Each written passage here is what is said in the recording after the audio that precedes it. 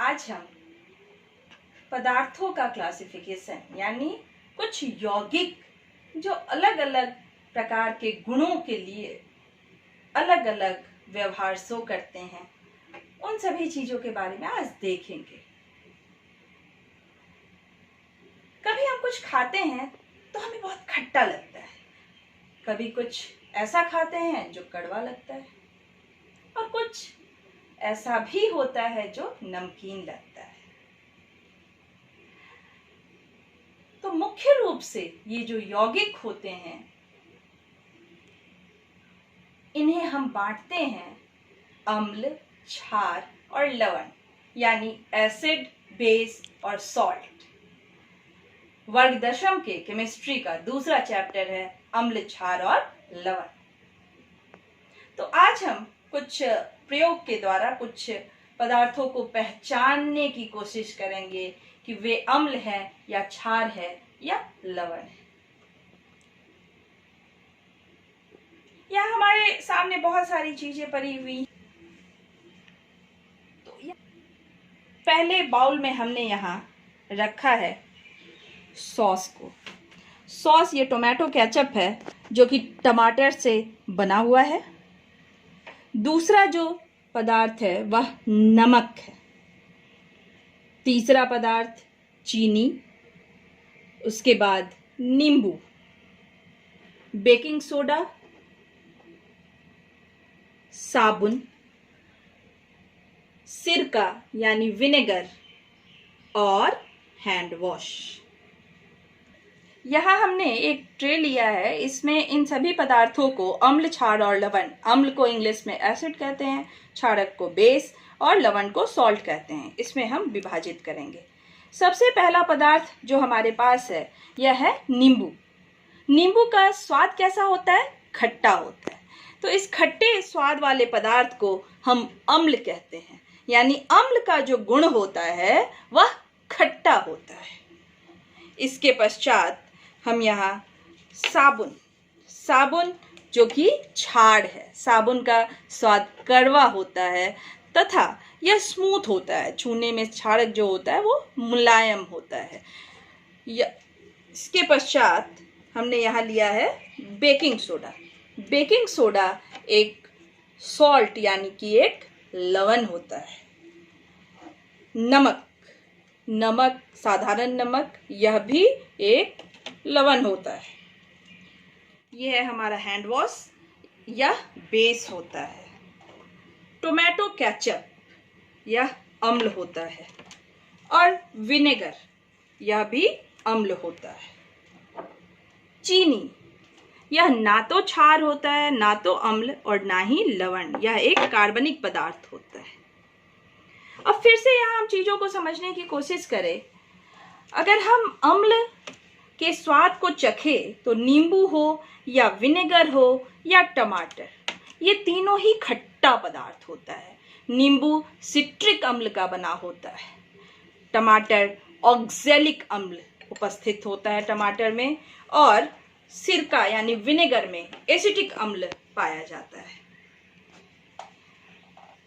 Base में यह जो हैंड वॉश होता है, इसमें मुख्य रूप से पोटेशियम हाइड्रोक्साइड पाया जाता है और साबुन में सोडियम हाइड्रोक्साइड पाया जाता है। साधारण नमक का सूत्र होता है NaCl यानी सोडियम क्लोराइड, और बेकिंग सोडा का सूत्र होता है सोडियम बाइकार्बोनेट यानी NaHCO3। वहीं जो हमारा चीनी, जो कि इन तीनों में से किसी प्रकार का गुण नहीं रखता है, यह C12H22O11 इसका सूत्र होता है। सॉल्ट का स्वाद नमकीन होता है जब अम्ल, यहाँ जिसे हमने नींबू से दर्शाया है, को क्षार, जिसे हमने साबुन से दर्शाया है, आपस में अभिक्रिया करते हैं तो लवण जो NaCl है तथा जल जो H2O है का निर्माण होता है। अम्ल का स्वाद खट्टा होता है जबकि क्षार का स्वाद कड़वा होता है। तो जब एसिड और बेस आपस में मिलते हैं तो सॉल्ट और वाटर, सॉल्ट यहाँ नमकीन यानी सॉल्टी होता है और जल का कोई भी स्वाद नहीं होता है। ऐसी अभिक्रिया को हम उदासीनीकरण अभिक्रिया कहते हैं। बहुत बार बोर्ड में ये प्रश्न पूछता है कि आखिर उदासीनीकरण अभिक्रिया को उदासीनी अभिक्रिया क्यों कहते हैं, न्यूट्रलाइजेशन रिएक्शन क्यों कहते हैं? क्योंकि उदासीनीकरण अभिक्रिया में अम्ल हम मान लेते हैं HCl और क्षार जिसे मान लेते हैं NaOH जब आपस में अभिक्रिया करता है तो NaCl प्लस H2O बनाता है, जो कि अम्ल के खट्टे स्वाद को और क्षार के कड़वे स्वाद को उदासीन कर देता है। इसलिए इस अभिक्रिया को उदासीनीकरण अभिक्रिया कहा जाता है। इसके अलावा pH मान पर भी यह अभिक्रिया निर्भर करता है, जिसे हम pH टॉपिक समझने के बाद अच्छे से समझ पाएंगे।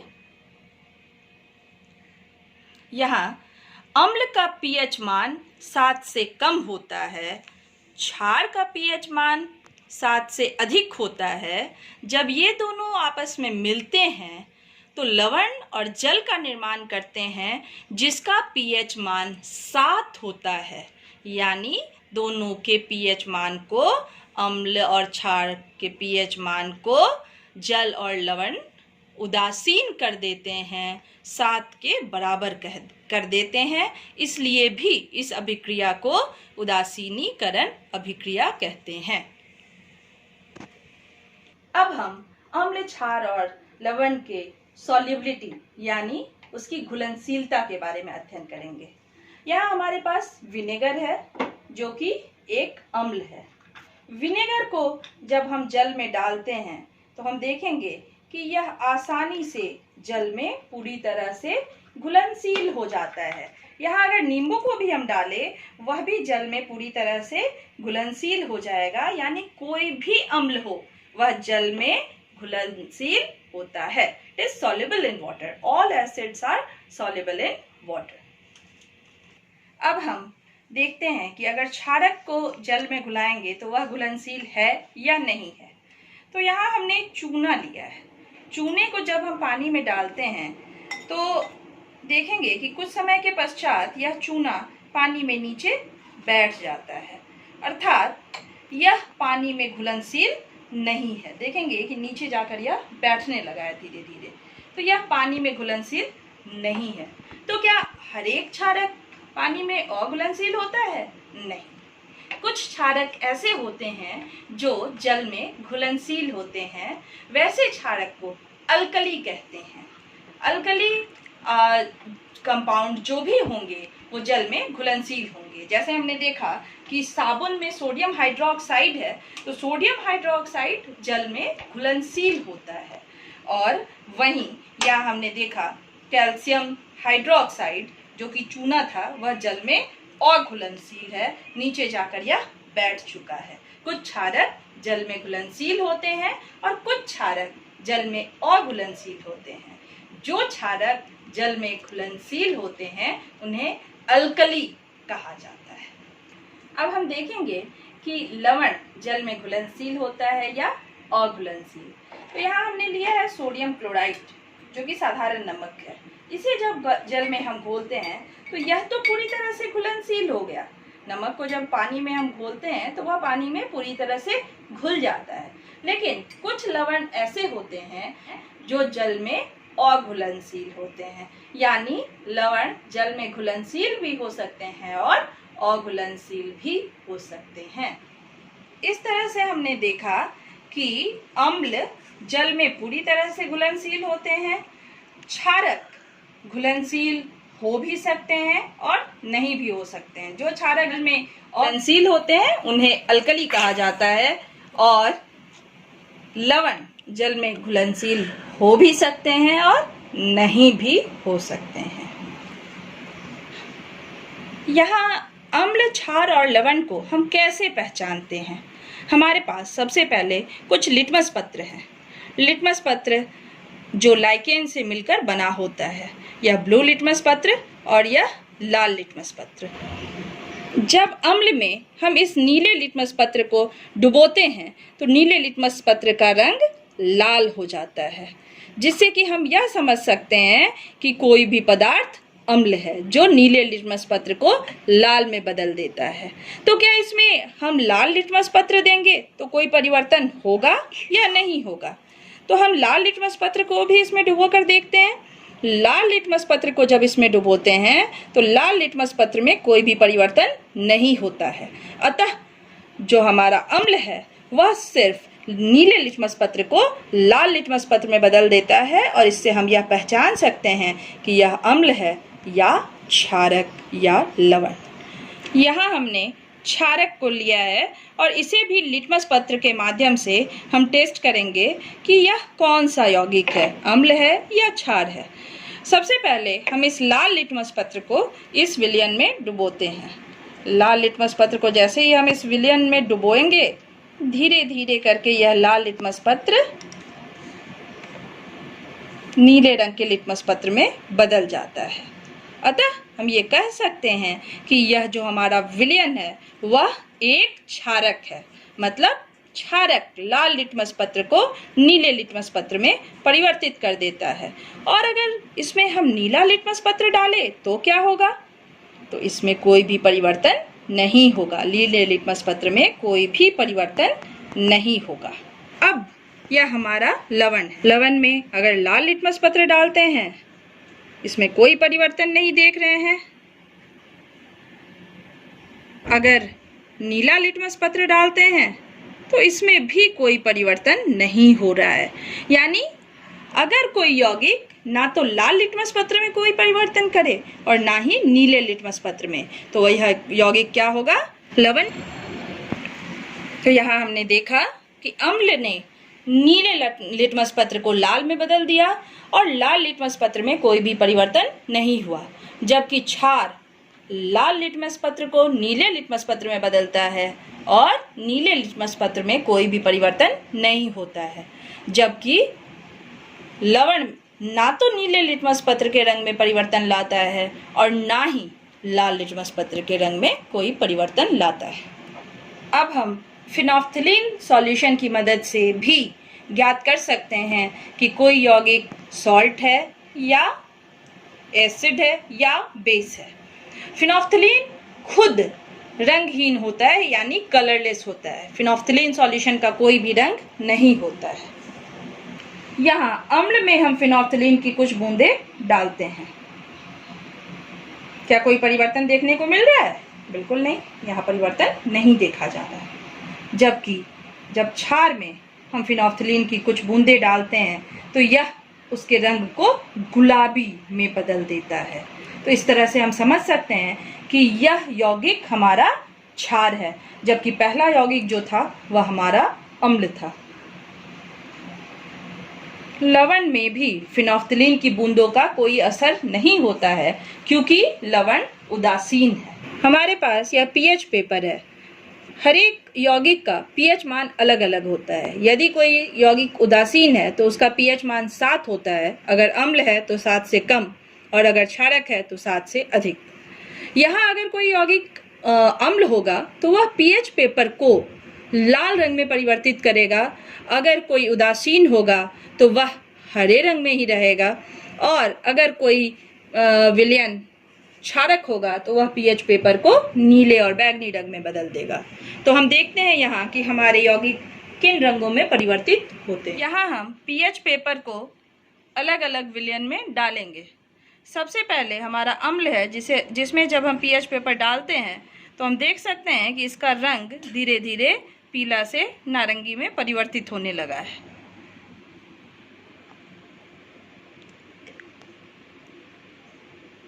जब पीएच पेपर को हम इस विलयन में डालते हैं तो इसका रंग नीले रंग में परिवर्तित हो जाता है, यानी यह विलयन हमारा क्षारक है।